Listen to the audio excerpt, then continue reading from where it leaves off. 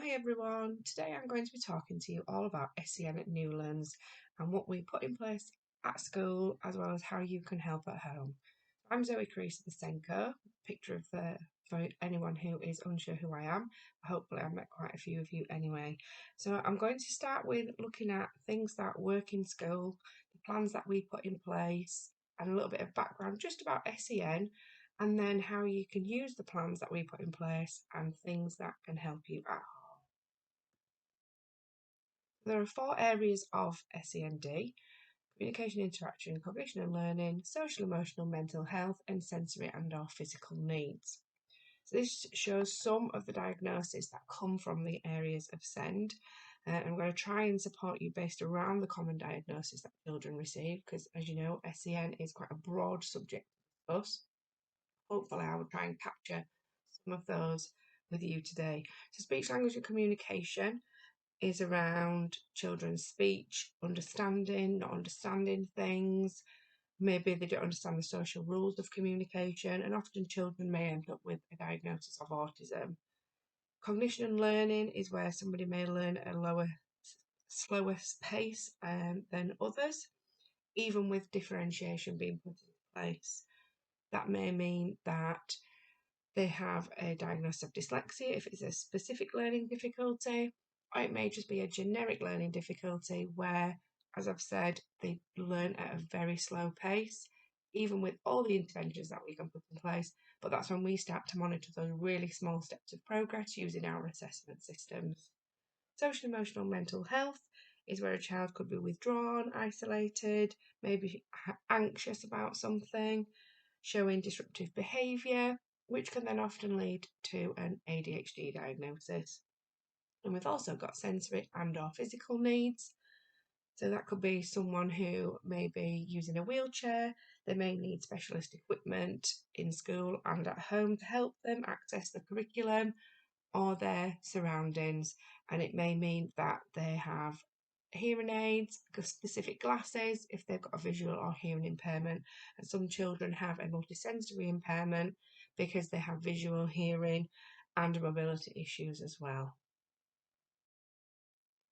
So what you would do in the first instance if you had a concern, so the first person you would speak to is your child's class teacher to discuss their attainment progress, how they're getting on, maybe concerns around their behaviour that you've had at home, whether we're seeing that in school as well.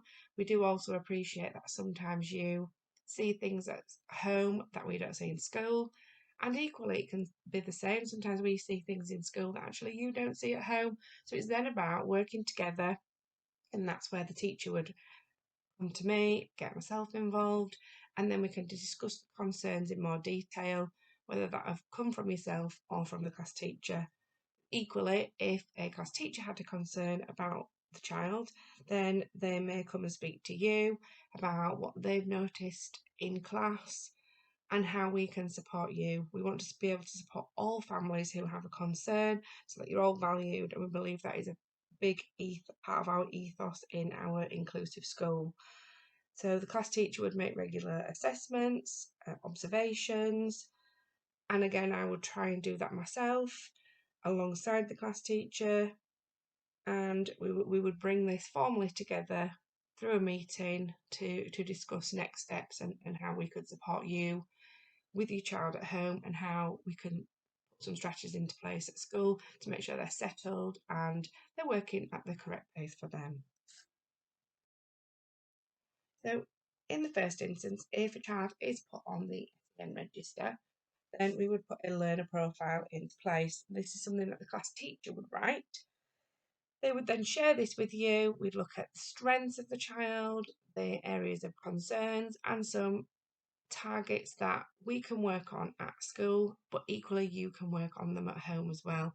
And it may be that some resources come home, which I will talk about in a little bit, to support you with those targets, depending on what they are.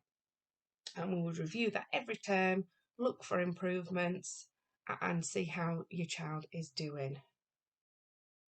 The next stage following on from that, if we feel that a child isn't making progress on a learner profile, there's something more we can do, then we would look at putting a support to learn plan in place. That way, This then brings yourselves and us together as part of a meeting. We would still monitor it every term, and again it still goes through the same things: what's working, what's not working, what strategies can we put into place, looking at targets, but it just brings it together more formally to look at the child as a whole, rather than the learner profile which just the class teacher writes just because we've got a few concerns within the classroom around their learning or behaviour. So you would also get a copy of this so that again you can work on those targets at home. Following on from a Support Me to Learn plan would be a My Support plan. And if again a child is not progressing and we have more than one concern, so it's not necessarily just learning or just behaviour, it could be a combination of the two or more, then we would look at moving towards a My Support plan, and that's where I would become involved a little bit more, bringing that document together. So it's a document that has family views and teachers' views in more detail. So again, it still looks at the strengths, concerns about your child, but it does look at the history, builds that picture for a child, and helps the next class teacher or another receiving school, whether they leave us early or in year 6, that gives them that full picture of your child. And the class teacher would also do this and look at the 4 areas of SEN that we discussed before. So speech, language and communication, cognition and learning, social, emotional, mental health, and sensory and physical. That way they would write lots of detail within the 4 areas, but we would expect one section to possibly be slightly bigger than the others because that is the concern that we'd have. So if, for example, your child had a learning difficulty, then the cognition and learning section would be bigger than, say, the hearing and physical. And we'd put some outcomes into place. And again, we would review this, but on a 6-monthly basis. And professionals maybe have come involved as well, and they would have an input into the My Support plan. Following on from that, if the My Support plan is still not working, even with that lengthy document, we would again bring the professionals involved, and we'd have to submit that to a panel, because that then becomes a legal document if it has been agreed that an education health care plan is appropriate for your child. The panel is around professionals from all kinds of areas within education, health and care. So it brings everybody together. They'll then decide if an assessment takes place. If it does, the professionals currently involved would assess the child. That would go back to panel, and if they agree, then it would be progressed onto an education healthcare plan and become a legal document. If they say no, the My Support plan stays in place, which was already in place, and we would just review that as I've discussed. If they do proceed and it is an education healthcare plan, then it's reviewed yearly, or we call an early annual review if we've got more concerns around the child or a change of placement. So hopefully that just gives you a little bit of background around the plans that we can put in place, but those plans can help you also support at home. Some children, we need to get more agencies involved and bringing everybody together as part of that, and they can support at home and in school. And there's a few different support agencies there. So it could be that we need educational psychologists, speech and language therapists, but we can also call upon the Early Help Hub, who support lots at home and can give you tips and ways to help support your child within the home environment. Interventions that we put in place at school, which can also be transferred at home alongside discussions with your class teacher or myself, could be around their literacy and numeracy skills, toe by toe, which is often used for dyslexic children. Rainbow words is a whole word approach. So some children don't recognise phonics and need a different approach. But all of those would be discussed as part of the plans that I've discussed earlier and your class teacher, and some of those resources can be used at home. Some of them are specific to what we can use in school, but it gives you a little bit of an overview of what can be put in place. What you can do at home. So obviously building that partnership with school is most important, because we want to have that good communication between us. As I said earlier, whether that concern is from school or from home, if we're not seeing all of it, we still want to build that partnership to be able to work together and see how we can support you. at home with your child. You can work on the targets, outcomes that have been set by the class teacher as part of their learner profiles, Cognitive Learn plan, the My Support plan. And if you need some further help around that, then you speak to the class teacher or myself, and we can see how we can support you with that. Another way is speaking to school to see if there's anything that we do in the classroom that can help support you at home. But equally, if there's something that works really well at home, share that with us as well, because we want to be showing that consistency with the child to make sure that we're all singing from the same song sheet. Because if something works, we all want to know about it, and we want to be able to put that in place to best support the child. And some other things, just generic, reward charts, visual timetable, routine and structure. Lots of children really benefit from a good routine and a good structure, and putting that in place can see a real improvement. I'm just going to look in some detail just around some specific diagnoses that may be given. As I said earlier, it is quite broad and there is a lot of crossover as well. So some children who have a diagnosis of autism benefit from a visual timetable. They like to know what is happening now, next, later. They like to be able to see that.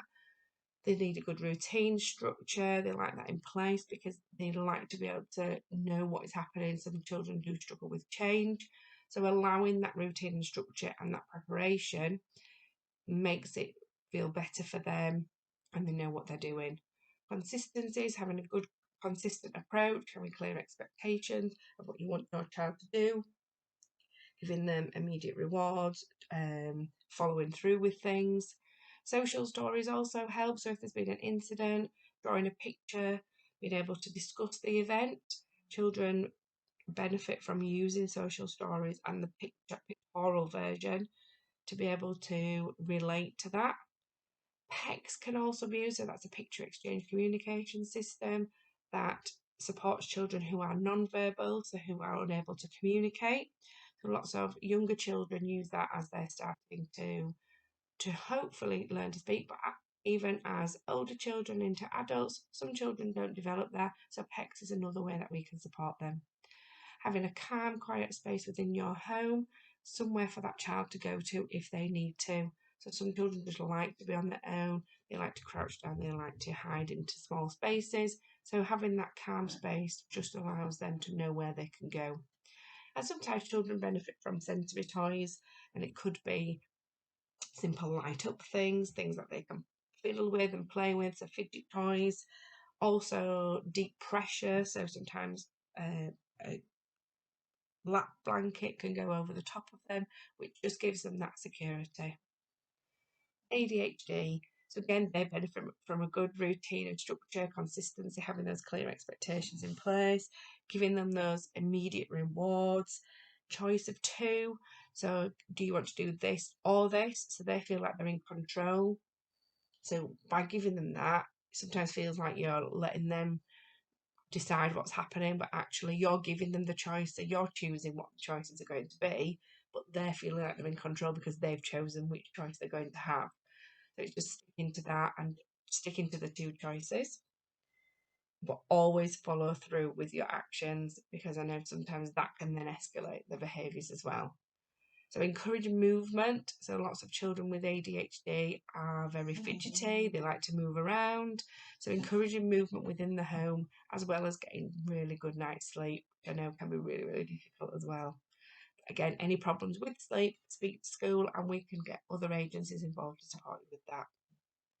And encouraging your child to eat right, which I know is another difficulty because some children just don't like food, but by giving them that good balanced diet, it does help them with their routine and structure. And as I said before, fidget toys can help just as a bit of a distraction for them.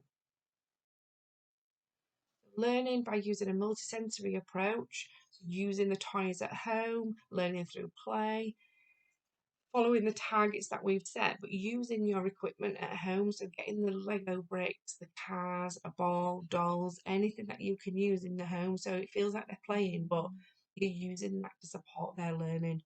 Lots of repetition, memory games like Kim's game, matching, snap, lots of things like that. So again, using everything that is in your home to support with that multisensory approach.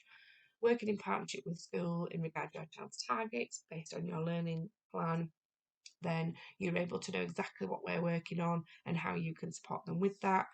And school can support in the specific interventions that can be transferred into your home, like I talked about earlier. And if you've got any questions around that, please do come and speak to the staff or myself. With a child with a visual impairment, making sure they wear the glasses so that they can see. If you've got furniture in your house, making sure they've got a clear path so they know the path that they go around. And if the furniture moves, making sure they're aware. And liaise with school in regards to enlarging work. Well, we do that in school, so we'd be quite happy to share that with you. Hearing impairment, again, making sure they wear the hearing aids so they're able to hear us, encourage them to look at people's faces and lips so that they can lip read, and using that multisensory approach so they're using their other senses instead of their ears. So a place that can help you is WeSail. They support in helping families with meetings, accessing different funding and various courses. So WeSail's details are on there, as well as the Wakefield Council local offer. So each council has to have a local offer in regards to SEN, and that gives you a little bit more information based on what I've said to you. So thank you ever so much for your time and listening to all the things about SEN. Like I say, it is a broad subject, so hopefully I've tried to cover parts of it. But if you do have any questions, please get in touch. And if you would leave your feedback on the link below, I'd be really, really grateful. Thank you.